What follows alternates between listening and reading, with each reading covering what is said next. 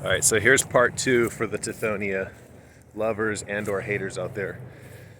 So if you want to defeat Tithonia, if you hate it and you want it out, all you have to do is cut it down, right? Well, that's just step 1. Hold on. You cut it down, right? And it's gonna regrow. This is early regrowth. See all these little tiny stems? This plant is trying to recover and it's using its resources from under the ground.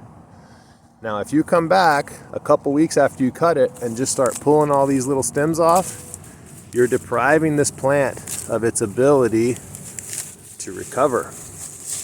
Okay?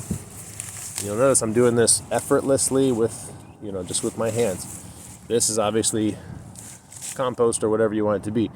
If you deprive this plant a couple of times of its ability to regenerate, you shall defeat it.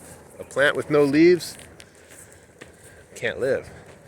So if you want to defeat Tithonia, you cut it all the way to the ground, which the first time, if you haven't managed, that might be a big hassle that first time. Cut it all the way down. Don't forget about it. Come back.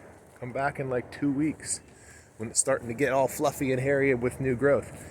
Take all that off. You might have to do this 2 or 3 times.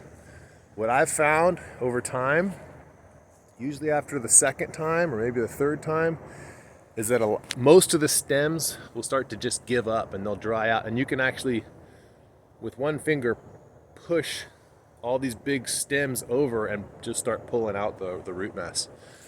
That part might take a little longer, but what's causing that dieback is when you remove all the leaves. So if you keep the leaves off, the plant will die. It's the same thing. Like here we have it's considered an invasive plant called Brazilian pepper. People are always complaining about it. Oh, we just cut it back last year and it grew back twice as big. Did you hear the part about the last year? If you cut it back and as it's regrowing, you continue to deprive it of leaves, it will die.